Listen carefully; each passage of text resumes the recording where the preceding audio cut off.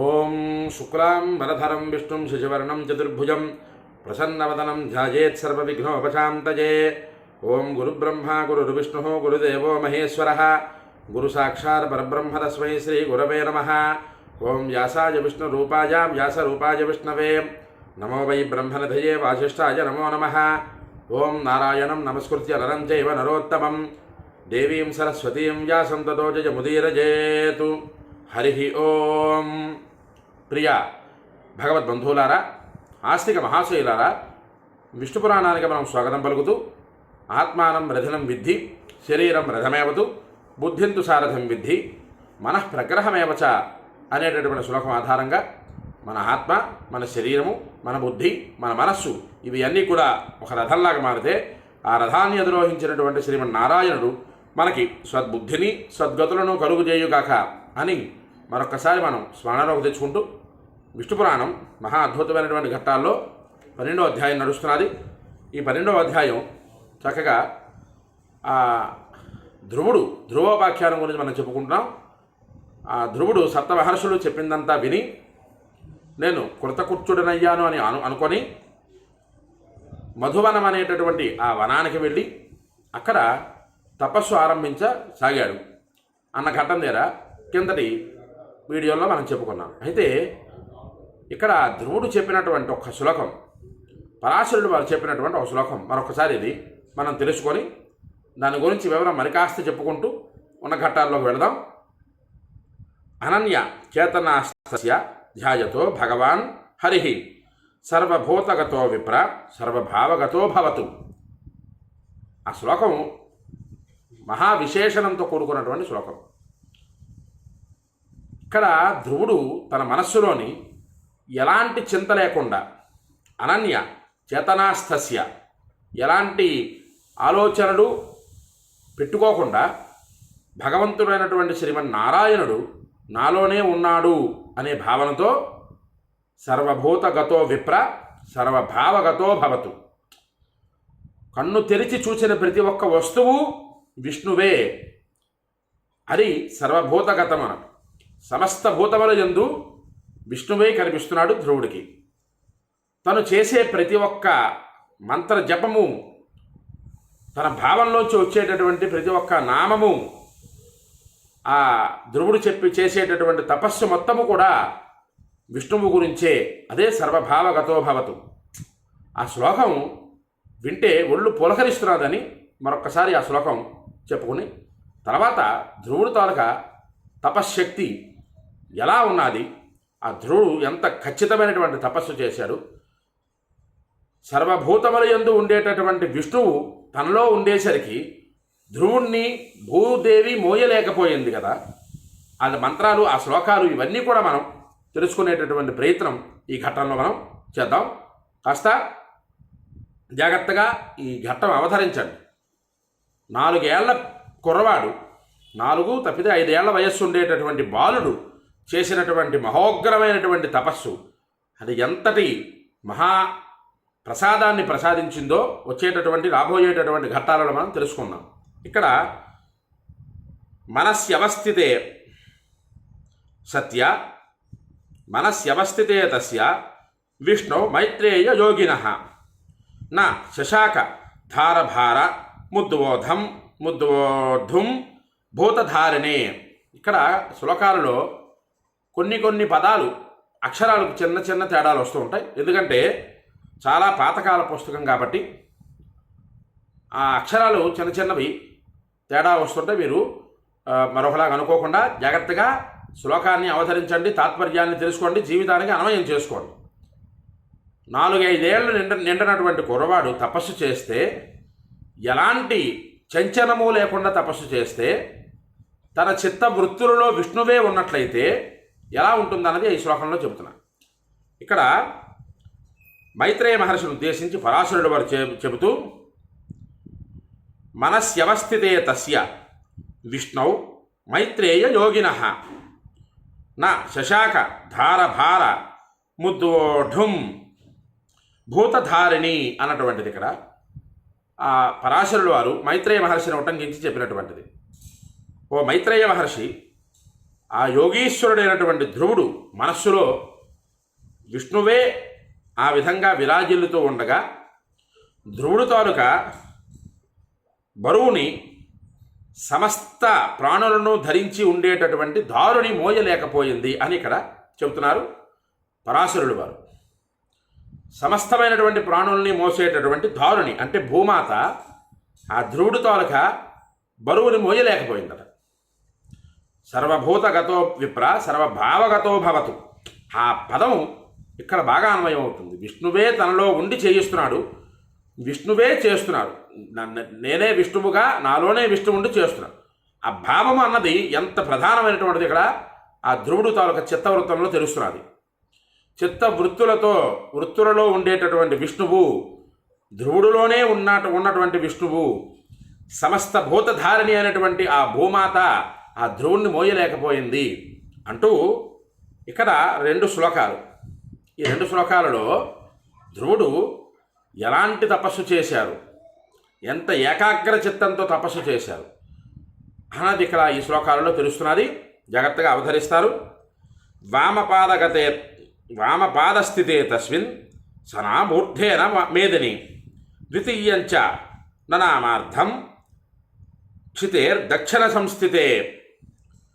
ధ్రువుడు చేసినటువంటి తపస్సు ఇలాంటి తపస్సు కాదు, మహోగ్రమైనటువంటి తపస్సు. విష్ణువు సాక్షాత్కరించాలి, తన మనస్సులో ఉండేటటువంటి బాధనంతటినీ కూడా తొలగించుకొని ఎవ్వరూ పొందనటువంటి స్థానాన్ని పొందాలి అని ఎలాంటి ఆలోచనలు ఇతరత్ర ఆలోచనలు ఏవీ కూడా పెట్టుకోకుండా చేసేటటువంటి తపస్సు వలన విష్ణువే ధ్రువుడిలో ఉన్నందువలన ఆ బరువుకి భూమి మోయలేకపోయింది కదా అని ఇందాకల వరకు చెప్పుకున్నాం కదా. ఇక్కడ ధ్రువుడు చేసినటువంటి తపస్సు ఒక కాలు మీద నిలబడి తపస్సు చేశారు కొంతకాలం. అది ఎంతకాలం అన్నది మనం మాటల్లో చెప్పలేనటువంటిది. కుడిపాదం మీదకెత్తి ఎడంపాదం మీద నిలబడి తపస్సు చేశాడు ధ్రువుడు. ఎడంపాదం మీద నిలబడి తపస్సు చేసేసరికి భూదేవి ఎడం వైపు పూర్తిగా వంగిపోయింది. మరికొంతకాలానికి ఎడంపాదం దించి కుడిపాదం దించి ఎడంపాదం మీదకెత్తి తపస్సు చేశారు. ఆ తపోఫలం వలన దక్షిణం వైపు ఉండేటటువంటి కుడిపాదం వైపు ఉండేటటువంటి భూమి మొత్తం వంగిపోయింది అంటూ పాదాంగుష్ఠేన సంపీడ్య యదా స వసుధాం స్థిత తదా సా వసుధా విప్ర చచాల సహపర్వతై. ఒక పాదం మీద నిలబడి చేశారు, ఒక పాదం నుంచి మరొక పాదం మీద నిలబడి చేశారు. కుడి పాదం ఎడం పాదం 2 పాదాల మీద నిలబడి చేస్తే ఏ పాదం మీద నిలబడ్డారో అటుపక్క భూభాగం మొత్తం వంగిపోయిందని చెప్పుకున్నాం కదా. ఇక్కడ పాదాంగుష్ఠేన పాదములు తాలూకా బొటన వ్రేలు మీద నిలబడి తపస్సు చేశాడు ధ్రువుడు.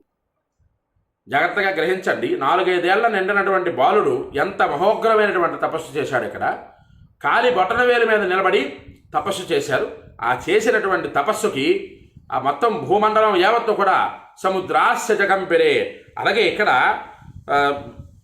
భూమి మీద ఆనించి బొటన వేలు ఆనించి అతడు నిలిచేసరికి వసుధ పర్వతాలతో సహా చలించిపోయింది. వసుధ అంటే భూదేవి. భూదేవి ఆ తపస్సును చూసి చలించిపోయింది. ఇంత మహోగ్రమైనటువంటి తపస్సు, ఇంత భక్తి శ్రద్ధలతో కూడుకున్నటువంటి తపస్సు, ఇంత ఏకాగ్ర చిత్తంతో చేయగలిగేటటువంటి తపస్సుని ఇంతవరకు నేను చూడలేదు అని భూదేవి అంతటి మాత అనుకున్నదట, చెలించిపోయిందట. 4-5 ఏళ్ళు నిండినటువంటి బాలుడు చేసినటువంటి తపస్సుకి మెచ్చి ఆవిడ చెలించిపోయింది అంటూ ఇక్కడ నద్యో నదాహ సముద్రాశ్చ సంక్షోభం పరమం యయుః తత్ క్షోభా దమరాహ క్షోభం పరం జగ్ముర్మహామునే అన్నటువంటి ఇక్కడ శ్లోకం. నదులు, నదాలు, సముద్రాలు మిక్కిలి క్షోభాన్ని పొందాయి. ఆ క్షోభం వల్ల అమరులు చాలా క్షోభించారు అన్నటువంటిది ఇక్కడ తెలుస్తున్నారు ఈ శ్లోకంలో. భగవంతుడు విష్ణువు ధ్రువుడిలోనే ఉండి అది మనస్సులో నిలబెట్టుకున్నటువంటి ధ్రువుడు ఆ తపస్సు చేసేసరికి మొత్తం ప్రకృతి యావత్ కూడా క్షోభకి గురైంది. భూమండలం ఎంత క్షోభపడుతుంటే దీన్ని పరిపాలించేటటువంటి ఇంద్రాది దేవతలందరూ కూడా బాధపడ్డారు. ఇక్కడ చాలా గంభీరంగా గ్రహించండి. మనం కదండి కూర్చుంటున్నాం కదండి, తపస్సు చేస్తున్నారండి, ఇవేవో పుక్కిటి పురాణాలండి. 4-5 ఏళ్ల బాలుడండి ఆయన నిలబడి చేసేటటువంటి తపస్సు అంత మీదకి ఆ దేవతల వరకు ఎలా వెళుతుందండి? ఈ పరికమాల మాటలన్నీ పక్కన పెట్టండి. ఈ రోజుల్లో మనం కాస్త జాగ్రత్త వహించి మనం ఒక గంట ఖచ్చితంగా మనం కూర్చొని ఒక జపమో పూజో హోమమో ఏదో కుర్చీల్లోనో లేదంటే బల్లల మీద కూర్చొని చేసేది కాదు. చక్కగా భూమి మీద ఆసనం వేసుకొని మఠం వేసుకొని కూర్చొని చేసేటటువంటి పూజా కార్యక్రమాలలో మన పూజ అయిన తర్వాత మనం కూర్చున్నటువంటి స్థలం ఒక్కసారి చూడండి. ఆ స్థలం వేడెక్కిపోయి ఉంటుంది. మన ఆసనం వేసుకున్నటువంటి స్థలం వేడెక్కిపోయి ఉంటుంది. ఎందుకు ఆ వేడెక్కుతుంది? జప మహత్యం. అది పాలరాతికి వచ్చా అండి, మార్బుల్కి వచ్చా అండి, లేదంటే టైల్స్కి వచ్చా, ఈ పనికి వాళ్ళని మాట్లాడి పక్కన పెట్టండి. కోవిల్లోకి వచ్చండి, చలవరాయికి వచ్చండి, అందువలన అది వేడెక్కిపోయిందండి అనేటటువంటిది పక్కన పెట్టియండి. మనం ఒక గంట ఖచ్చితంగా కూర్చొని పూజ చేస్తే, కిందన కూర్చొని కుర్చీల్లో కూర్చొని టేబుల్స్ వేసుకొని కూర్చొని కాదు, కిందన కూర్చొని పూజ చేస్తే ఆ భూమి ఎంత వేడిగా ఉంటుందో చూడండి ఒకసారి. అనగా ఇక్కడ మహోగ్రమైనటువంటి తపస్సు చేసినటువంటి ధ్రువుడి తాలూకు తపస్సుకి నదులు, నదాలు, అలాగే సముద్రాలు ఇవన్నీ కూడా క్షోభకు గురయ్యాయి. అన్నింటినీ చూసినటువంటి దేవతలు బాధపడ్డారు. ఎందుకు బాధపడ్డారు?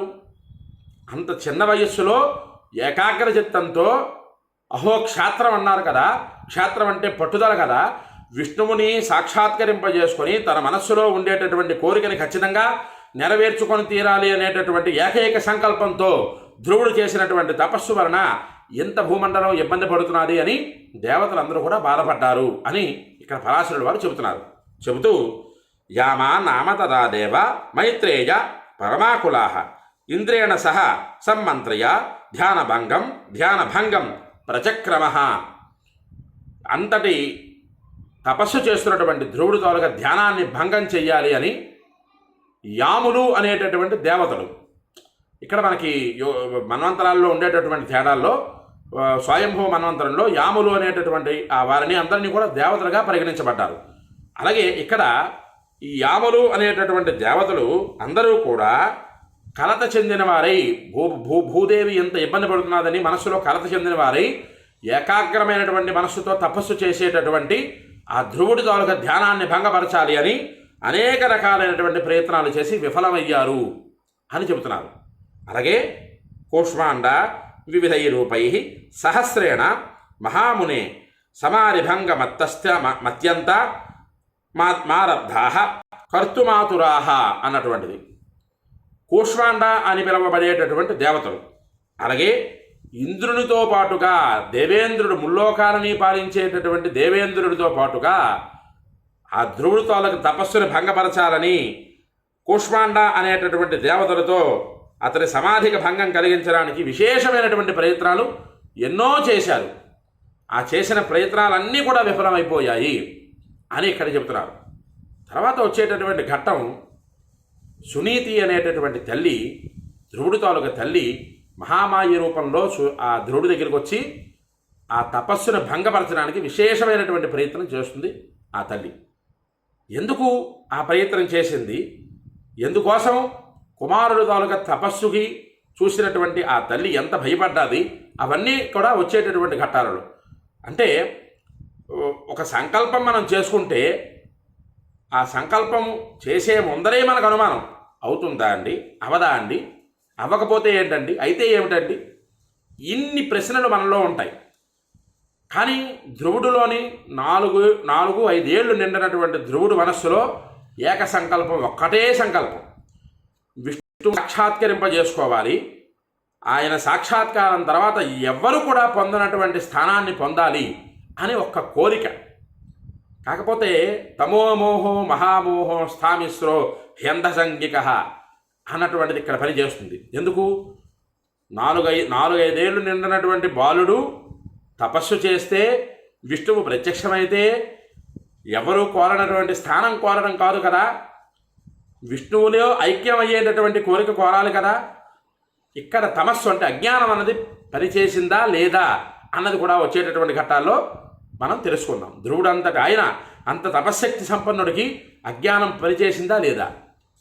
అలాగే మనం చేసేటటువంటి ప్రతి కర్మలో కూడా సంకల్ప బలం గట్టిగా ఉంటే అది ఎన్ని ఆటంకాలు ఉన్నా సరే ఆ సంకల్ప బలం చేతన, దైవ బలం చేతన ఖచ్చితంగా ఆ కార్యక్రమం అన్నది నిర్విఘ్నంగా నిరాటంకంగా జరగాలి. కాబట్టి అందరూ కూడా ఈ విష్ణు పురాణాన్ని వినండి, ధ్రువోపాఖ్యానాన్ని వినండి, తరించండి.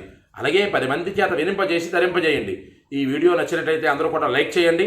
ముఖ్యంగా ఈ వీడియోని అందరికీ షేర్ చేయండి. మీ అమూల్యమైనటువంటి మాటలను కామెంట్ రూపంలో పంపించండి. విష్ణు పురాణాన్ని మీరు విని తరించండి, 10 మంది చేత వినింపజేసి తరింపజేయండి. సర్వార్థదం శృణ్వతాం. ఎవరైతే భక్తి శ్రద్ధలతో ఈ పురాణాన్ని వింటారో, ఆచరణ చేస్తారో, జీవితానికి అన్వయం చేసుకుంటారో వారికి సమస్త కామ్యములు నెరవేరుతీరతాయి అని పరాశరుడు వారు మొట్టమొదటి అధ్యాయంలోనే చెప్పారు. కావున అందరూ కూడా ఈ యూట్యూబ్ ఛానల్ని సబ్స్క్రైబ్ చేసుకుని ఆదరిస్తారని మరీ ఆశిస్తూ హరి ఓం. స్వస్తి.